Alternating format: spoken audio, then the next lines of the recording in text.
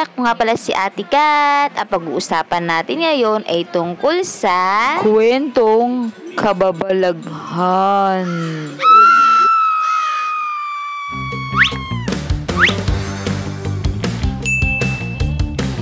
Nung bata pa ako, may mga karanasan ako na di ko talaga malilimutan.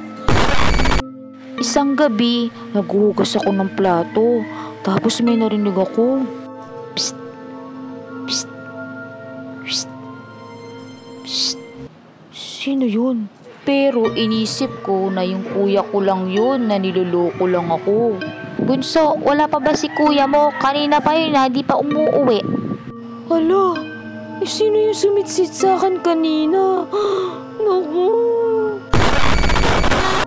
Alala ko noon, cleaners ako, pang umaga ako noon. Kaya dapat kami mga cleaners ay mauuna nang pupunta dun sa room namin. Yung room namin nasa 3rd floor pa, sa taas. Wala sa baba, natanaw ko na meron na palang tao dun sa taas. Iinintay pa namin yung teacher namin kasi nasa kanya yung susi nung gate.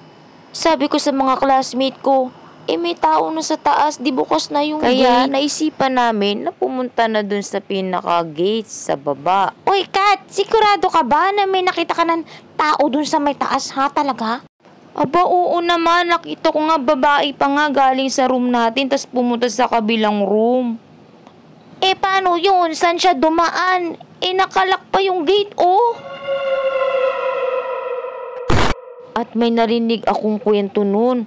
Sabi, may nagpapakita daw talaga na white lady dun sa building na yun. Minsan sa kasarapan ng tulog ko, bigla ako nagising kasi naihi ako. Pagtingin ko, 3:00 lang pala ng madaling araw noon. Kaya bumangon ako para magpunta ng CR. Pero nakita ko si kuya, nauna siya sa akin, pumasok sa CR, kaya nag-antay ako. Kaso napansin ko, parang ang tagal naman niyang lumabas. Ano ba yan? Ang tagal naman ni kuya. Ingi na ako, hindi pa rin siya lumalabas. Ano ba yan? Kuya, bilisan mo, ingi na ako. Sige na, bilisan mo naman, kuya. Hindi ko na talaga napigilan, kaya pumasok na ako sa loob ng CR. Pero, pagpasok ko, nagulat ako.